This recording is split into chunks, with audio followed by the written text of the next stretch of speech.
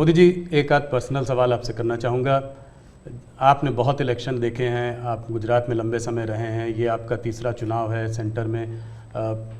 मैंने देखा है कि समय समय पर चुनाव से आप पर पर्सनल अटैक अक्सर होते जाते हैं।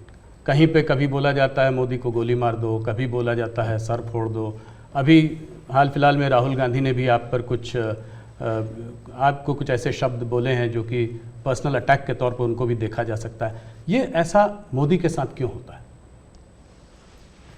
मोदी के साथ क्यों हो रहा है इसका जवाब तो मेरे पास नहीं है, लेकिन ये सवाल मोदी को क्यों पूछना चाहिए? ये सवाल इस देश में चर्चा का होना चाहिए कि सार्वजनिक जीवन में आखिर मोदी का गुनाह क्या है? वो पीएम बना वही गुनाह है ना। मतलब आप जो भी गाली देते हैं प्रधानमंत्री को दे रहे हैं। अब प्रधानमंत्री को इस प्रकार से सर फोड़ देंगे या कभी मेरी माँ को गाली देना, कभी।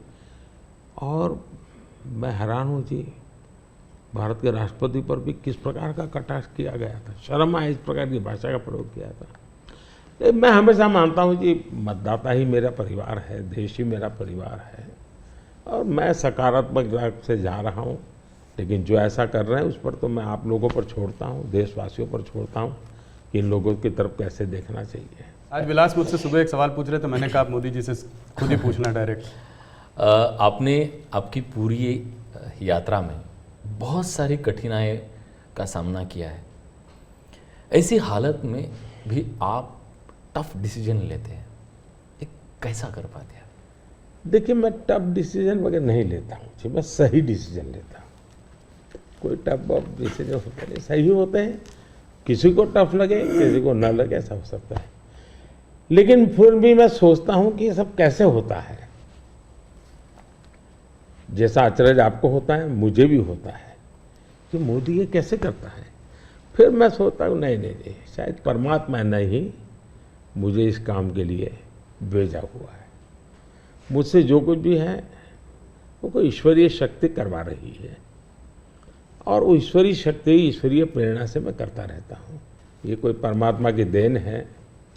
परमात्मा ने मुझसे कुछ काम लेना तय किया है, किसी पर्पज के लिए परमात्मा ने मुझे भेजा है, और इसलिए मैं ये जो बाकी तूफान चल रहा है उससे बहुत परे रहता हूँ। लेकिन इस तूफान में शांत कैसे रहते हैं? वही, मैं उससे परे रहता हूँ। मुझे शायद परमात्मा ने यही राह दिखाई है कि तुम उन चीज़ों में मत उलझो, तुझे कोई बड़ा काम करना है, तुम अपने काम में लगे रहो। तो परमात्मा का निर्देश है, परमात्मा की इच्छा है, परमात्मा की योजना है, और शायद ये उसी का मैं एक निमित्त हूँ, कुछ नहीं हूँ। इसी से जुड़ा सवाल था कि आपको हम लोग देखते हैं, हमको आपका शेड्यूल मिलता है, आप इतना ट्रैवल कर रहे हैं, दिन में 5, 4, 6 रैली, वो भी कोई इस प्रदेश में तो कोई दूर दूसरे प्रदेश में। तो इस सब में आप फिट कैसे रहते हैं? कौन सी ऐसी शक्ति है जो आपको ये दृढ़ संकल्प दे रही है आगे बढ़ने का? पहली बात तो मैंने कहा ना कि ये मैं नहीं कर रहा हूँ जी, ये ईश्वर ने तय किया हुआ है। ईश्वर ने मुझे शायद इसी काम के लिए भेजा है, क्योंकि मैं जिस परिवार में पैदा हुआ हूँ जी, मेरी माँ ने कुछ पढ़ी लिखी नहीं थी, उसे स्कूल नहीं देखा था, मेरा कोई पॉलिटिकल बैकग्राउंड नहीं है, और इतना बड़ा देश, इतना काम ईश्वर नहीं करेगा तो कौन करेगा?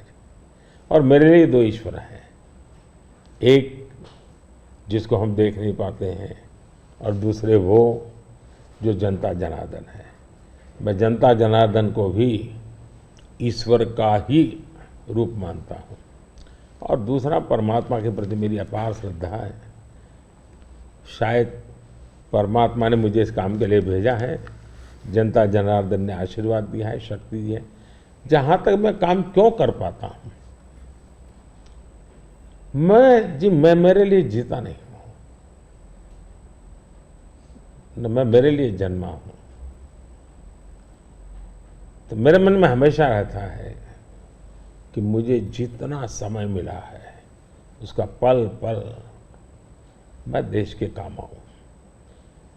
जहाँ तक मैं दौड़ता मैं मानता लोकतंत्र एक बहुत बड़ा उत्सव है, फेस्टिवल है जी। ये जनता जनार्दन के दर्शन करने का अवसर है जी। हमें मौका लेना चाहिए, जितना जनता जनार्दन के दर्शन कर सकते करना चाहिए। लोकतंत्र का एक उत्सव है जिसमें संवाद होना चाहिए जितना ज़्यादा। तो मैं इसको एक, वैसे हम घर में कोई बड़ी पूजा करते हैं ना, कैसे इन्वॉल्व होते हैं, मेरे लिए पूजा का समय है। मेरे 140 करोड़ देवता, उनकी मैं पूजा कर रहा हूँ, उस भाव से मैं चलता हूँ, लगा रहता हूँ उनमें, तो खप जाता हूँ और थकता नहीं हूँ, भगवान को देख के आता हूँ।